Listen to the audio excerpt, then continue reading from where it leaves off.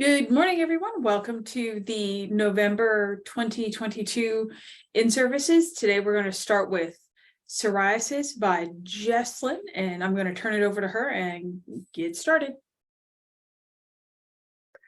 All right, so my name is Jesslyn Wethington. I am a PharmD candidate for 2023, and I am currently one of Dr. Baldwin's students.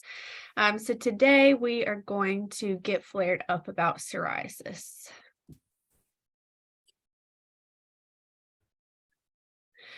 So just some objectives. We're going to review the basic knowledge of psoriasis, explain current AAD and NPF, which is just the American Association of Dermatology and the National Psoriasis Foundation guideline recommended pharmacotherapy.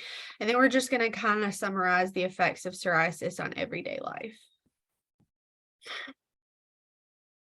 So what exactly is psoriasis? Psoriasis is an autoimmune skin disease that speeds up the growth cycle of the skin cells, which ultimately leads to inflammation. This inflammation can occur because instead of naturally shedding the skin cells like everybody does on a daily basis, these skin cells tend to accumulate and pile up on the surface of the skin, which can lead to what is commonly seen as like scaly patches.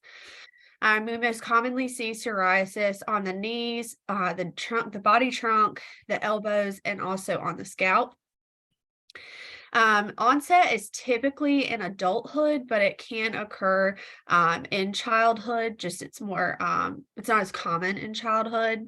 And it tends to be a cyclic condition in which it can flare up for a few weeks to months, depending on the person and the flare. And then it'll subside for a while and you won't really see anything. Hey, how are you? Dr. Baldwin, you're still not muted. I caught it. Thank you. This is a chronic disease that has no cure. Psoriasis affects more than 3% of the US adult population, which is more than 7.5 million people in the United States. Therefore, it's extremely important for us to do more research and kind of get to know more about this disease in case it can affect us or someone that we may know. So basic risk factors for it. The exact cause of psoriasis is not currently known. However, we do know that there are two major factors that can play a role. The first of which is genetics, and the second of which is your immune system. Again, because this is an autoimmune disease, we know that your immune system is attacking itself, which is what causes the psoriasis. As for the genetics, if anybody in your immediate family, like your mother or father or a grandparent has psoriasis, it is likely for you to get it in your lifetime. However, it's important to know that just because you don't have a familial history of it does not mean that you're not going to get it. Again, this is something that we don't know the cause from, so you are still at a chance of getting this in your lifetime. And any type of triggering event can cause a change in your immune system, which leads to psoriasis. And I'll talk a little bit more about triggers in the next slide. It is super important to know that this is not contagious. I'm going to show you different subtypes later on in the presentation about psoriasis, and they can look kind of brutal on the skin. And a lot of times people that have psoriasis are very, very scared to go out in public because they're scared that other people are going to look at them and think they can catch this. So again, it's really important to know this is not contagious. You're not going to get it by touching a scab or something on somebody that has psoriasis. And then there's another grade 2. There's somebody else that's not muted. Okay. I'm sorry. So triggers can really be anything that you come into contact with or anything that's happened in your life. So stress can cause a trigger or can be a trigger. Injury to skin, such as scratches or sunburn. Sunburn is a really big one. Infections, viral, fungal, bacterial, any type of infection can cause you to flare. Colder weather can cause you to flare just because colder weather is typically accompanied by drier weather. And so your skin becomes super dry. Smoking can lead to a flare. And it really, as I said before, any type of anything can lead to it. It can be very patient specific, that can cause a flare. So it's important, if you have been diagnosed with psoriasis, that you track what can cause it. People have said that different foods cause it, that different, like your allergies can cause it, alcohol can cause it. Again, it's very patient specific. So once you have been diagnosed, keeping up with your flares, or your triggers, and making sure that you're avoiding these, will definitely be beneficial. So major subtypes of psoriasis. So the most common subtype of psoriasis is chronic plaque psoriasis. It occurs in about 80 to 90% of people that have psoriasis.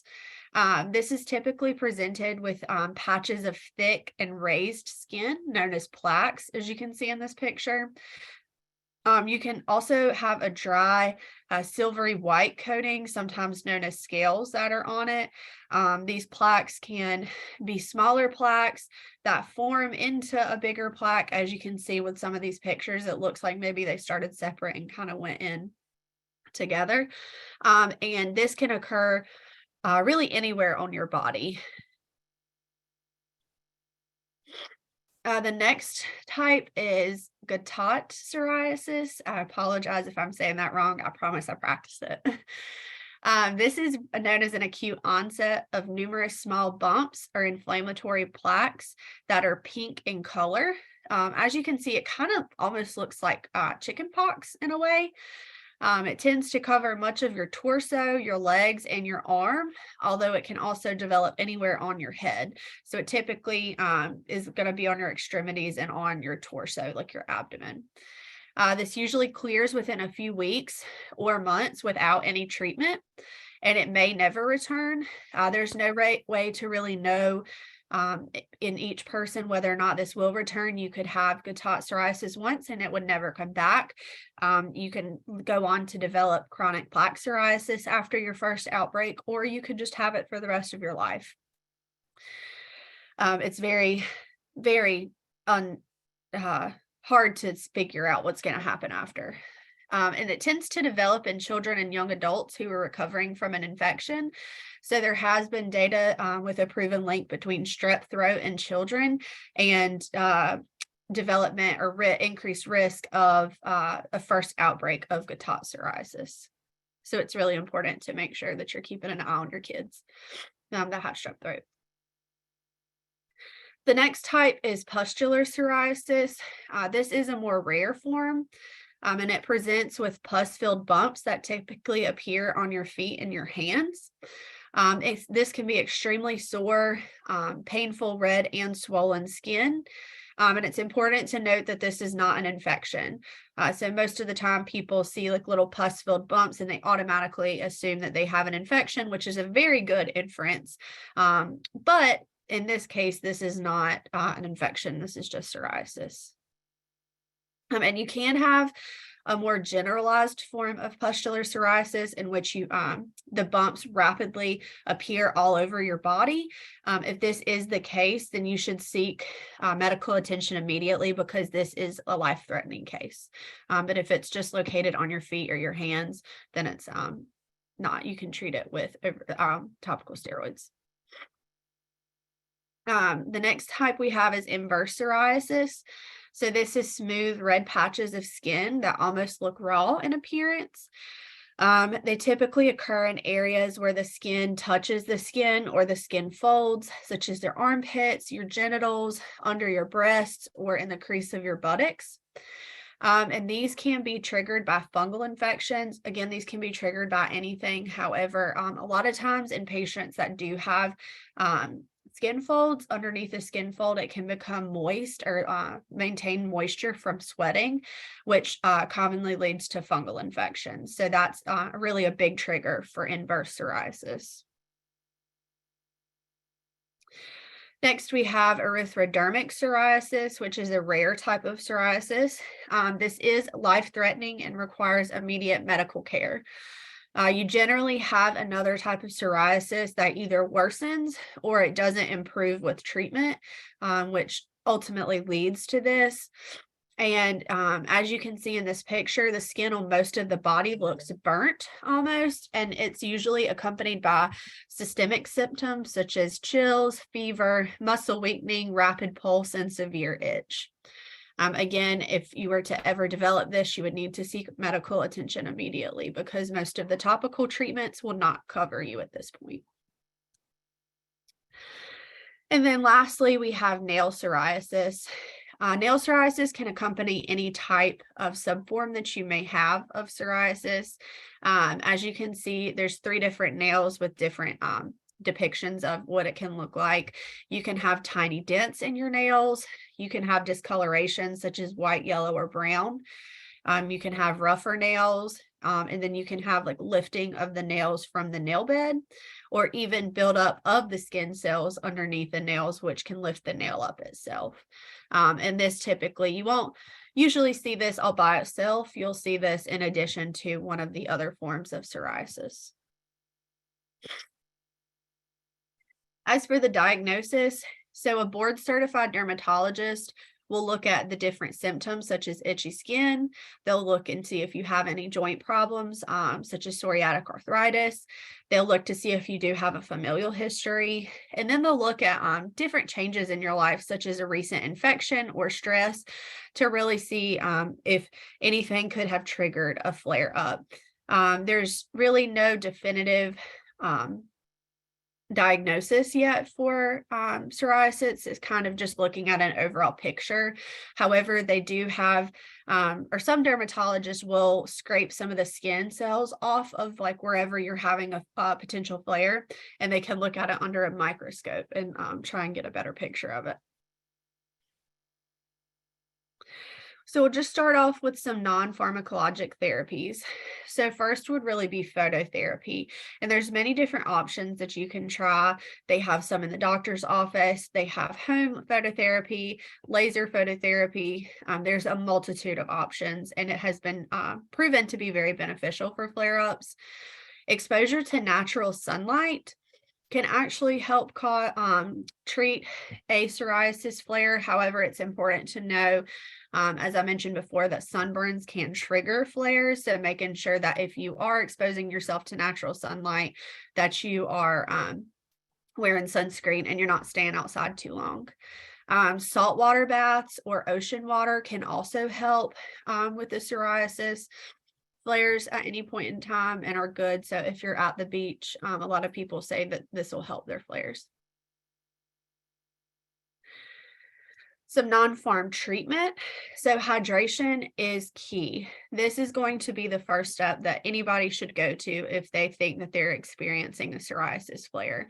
So using different emollients or moisturizers to help keep the skin hydrated can actually reduce itching, reduce the skin peeling, and also can prevent quick relapse after discontinuation of topical agents.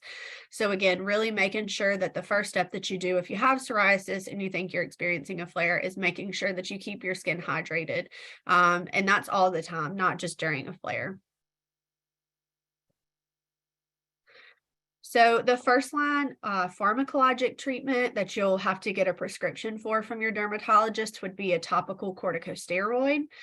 Common products would be like betamethasone, clobetasol, fluocinolone, triamcinolone, or mometasone. The exact mechanism of the topical corticosteroid is not understood very clearly, but they are known to exert anti-inflammatory properties, anti-proliferative properties, as well as immunosuppressive effects. Although it's unclear how much of an immunosuppressive effect you actually get from the topical treatment. The choice of the agent depends on the location, the severity, the preference, and your age. And you typically see these used for less than or equal to 4 weeks at a time, just due to the side effects that you can see with this. Typically, you'll start with a lowest potency steroid and kind of work your way up depending on how you react to it and what side effects you experience. Second line or first line, depending on who your dermatologist is, would be a topical vitamin D analog. Common products of these are calcipotriene, calcitriol, calcitol, and maxicalcitol. These vitamin D analogs bind to the vitamin D receptors, which inhibit keratinocyte proliferation and enhance differentiation. So pretty much it just basically it inhibits the formation of new skin cells, rapidly dividing new skin cells. And generally, this is used in combination with topical steroids, although depending on your provider, they might want you to try this first line just because the side effects are not as harsh as the topical steroids. The length of treatment depends on the location and the severity, but you can use these for longer, much longer durations than steroids. So one of the guidelines recommended you could use it for up to like 52 weeks, I think. Just some other topical treatment options, although less common than your topical steroids and your vitamin D analogs, would be like coal tar, a topical retinoid, that's tazarotene, tacrolimus, or pimcrolimus for more sensitive areas like the face, which using a topical steroid wouldn't really be beneficial, or it would be harmful. I'm sorry. Tapinarof, Flumelast, and anthralin are also some other topical treatment options. And then we also have systemic pharmacologic treatment. So these are typically reserved for more severe or life-threatening cases, just because when you take an oral pill, you're treating the area on the skin, but you're also putting yourself at risk for other systemic effects from the treatment. So again, we typically try to reserve these for more severe cases. So the first line would really be methotrexate. It's thought to have anti-proliferative effects on the epidermal cells. However, there are many contraindications to use. It is great to treat psoriasis, but the effects that accompany this are just too many to list. So it's definitely not something that we just go to right off the bat. They also have acyrretin, which is a retinoid, and then they have cyclosporin. They have a couple of other options. Really, at this point, it would be looking at drugs that are going to suppress your immune system. Some supplements and herbs for psoriasis. So in the left side, I have those that have potential benefit. So aloe vera is actually really good for hydration. However, it hasn't been proven that aloe vera is better than just using an emollient or a moisturizer. So it's really just kind of your preference. Fish oil or omega-3 oil has the potential for anti-inflammatory effects. And then turmeric can help decrease epidermal proliferation. These are still being studied. However, they have not shown any potential harm at this point in time. And then on the right side of the screen, I have those that have no benefit or actually can pose a risk to you. The first of which is St. John's wort. Personally, I would never recommend this agent because it just has so many drug interactions with, drugs of all kinds of classes. So definitely don't use that. Oral vitamin D supplementation has actually not shown any benefit in current studies. And then they've also started proposing that oral zinc could be beneficial. However, this has not really been studied as well as the others. So the profile of it is really unknown. So will exercise help my psoriasis? There's a proposed theory that vigorous or strenuous exercise can actually decrease the prevalence of flares. However, there's currently no definitive data showing a decrease in flares with an increase in exercise. Overdoing it, which causes your body stress, can actually lead to a flare-up and be a trigger for you.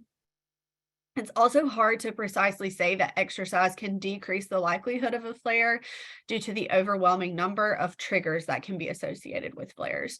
So you could say if you were to exercise more, but you were also had other things happening in your life or new changes, it's hard to say that this would be the cause and not the other.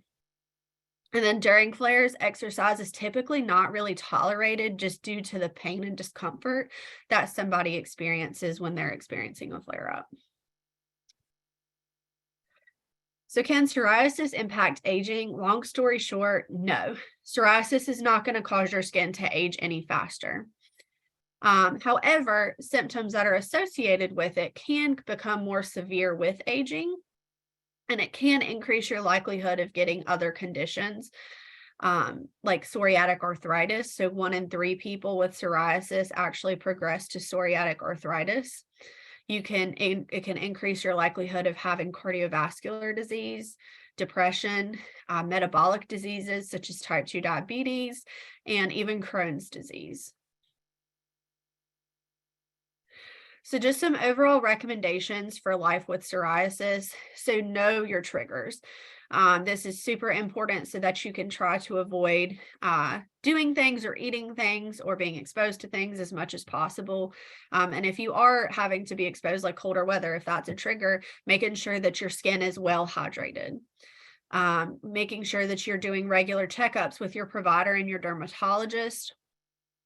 Exercising and eating healthy. Trying to reduce stress as much as possible in your life. And then really the big one is just utilizing your resources. So there are a ton of resources out there for people with psoriasis.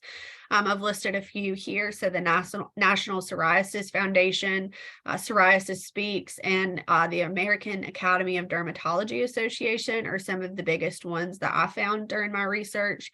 And they had great resources and really just different tips and tricks of life with psoriasis and overcoming it and dealing with it. These are my references. And do you have any questions for me?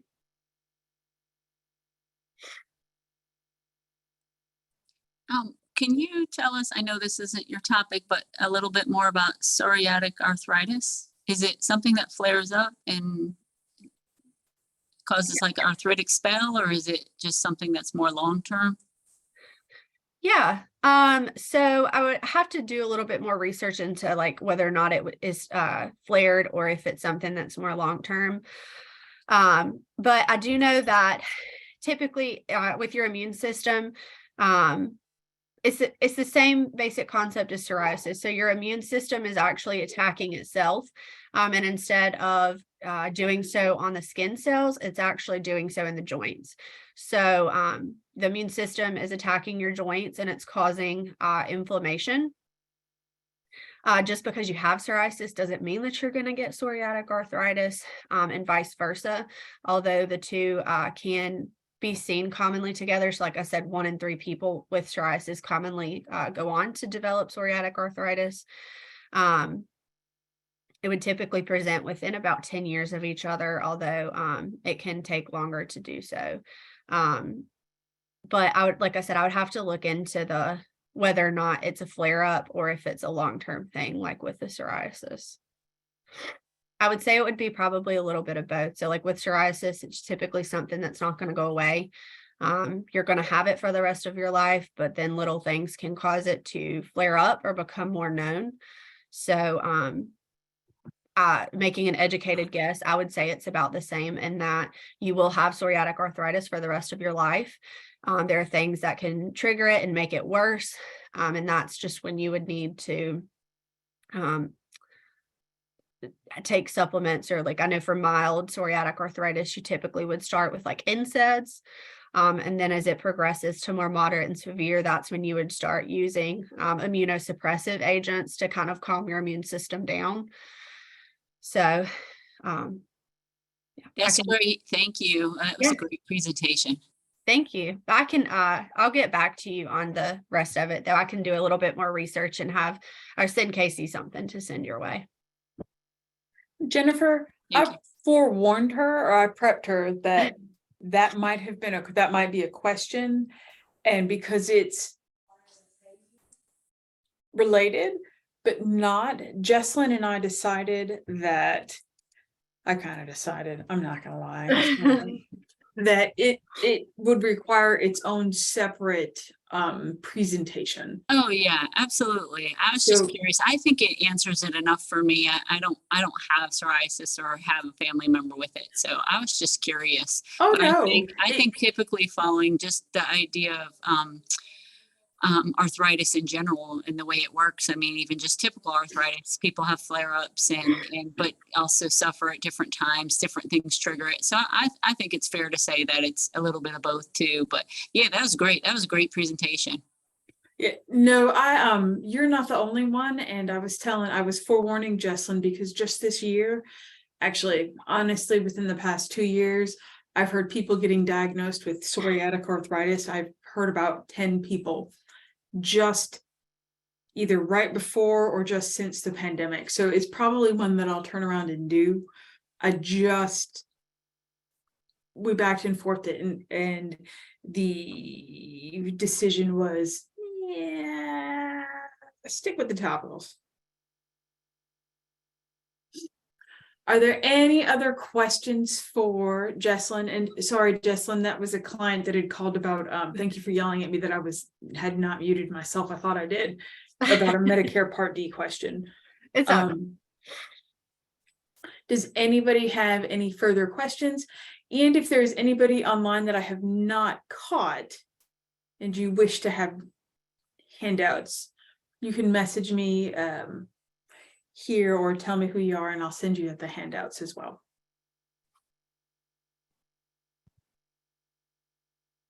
All righty, hearing none and seeing only one comment in chat from your peer, good job.